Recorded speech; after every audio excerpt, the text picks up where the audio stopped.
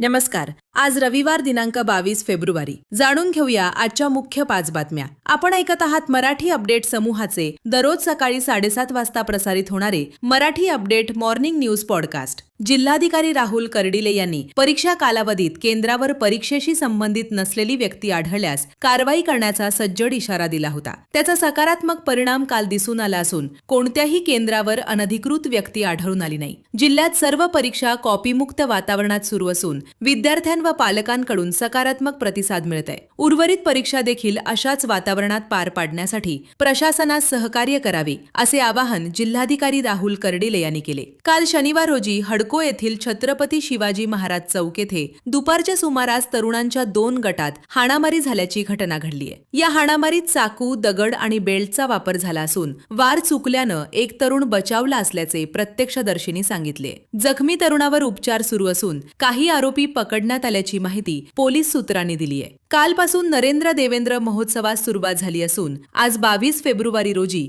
चंद्रभागा केरबा गंजेवार नगरी नवा मोंढा मैदान येथे होणारा कुबेर नगरी मौजे लोंढे सांगवी प्रस्तुत नरेंद्र देवेंद्र महोत्सव चुकवू नये असे आवाहन स्वागताध्यक्ष शिवप्रसाद राठी आणि संयोजक दिलीप ठाकूर यांनी केले आहे. याच कार्यक्रमात माजी मुख्यमंत्री खासदार अशोकराव चव्हाण यांना प्रतिष्ठेचा नांदेड भूषण पुरस्कार प्रदान करण्यात येणार आहे. रसिकांसाठी 10 कलर टीव्ही आणि महिलांसाठी पैठणीची लॉटरी दिनांक 21 व 22 फेब्रुवारी रोजी नांदेडमध्ये रंगणार नरेंद्र देवेंद्र महोत्सव.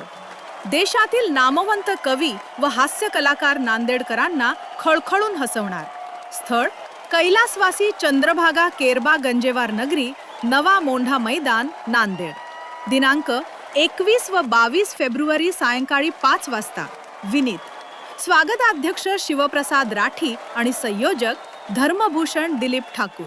जेईई मेन्सच्या पहिल्याच अधिकृत निकालात आयआयबी करिअर इन्स्टिट्यूटनं उल्लेखनीय यश संपादन करत राज्यात आणि देशभरात आपली गुणवत्ता पुन्हा सिद्ध केली आहे. एकूण 43 विद्यार्थ्यांनी 95 पेक्षा जास्त पर्सेंटाईल तर 79 विद्यार्थ्यांनी 90 पेक्षा जास्त पर्सेंटाईल मिळवून संस्थेची भक्कम शैक्षणिक पायाभरणी अधोरेखित केली आहे. 1999 साली स्थापना झालेल्या आयआयबी करिअर इन्स्टिट्यूटनं नीट परीक्षेत यापूर्वी उच्चांक प्रस्थापित केला असून 2 वर्षापूर्वी सुरू केलेल्या जेईई विभागातही यशस्वी पदार्पण केले. मोजक्या विद्यार्थ्यांच्या विशेष बॅचेस असूनही मिळालेल्या या यशामुळे विद्यार्थी, पालक आणि शैक्षणिक क्षेत्रातून कौतुकाचा वर्षाव होत आहे. विद्रोही सांस्कृतिक चळवळ आयोजित व संविधान मूल्यांना समर्पित 20व्या विद्रोही मराठी साहित्य संमेलनाची तयारी अंतिम टप्प्यात पोहोचली आहे. दरम्यान 27-28 फेब्रुवारी व 1 मार्च रोजी होणाऱ्या या संमेलनासाठी सायन्स कॉलेजच्या सदाशिवराव पाटील क्रीडा संकुलाच्या मैदानावर उभारण्यात आलेली साहित्य नगरी विद्रोही साहित्यिकांच्या स्वागतासाठी सज्ज झाली आहे, अशी माहिती स्वागताध्यक्ष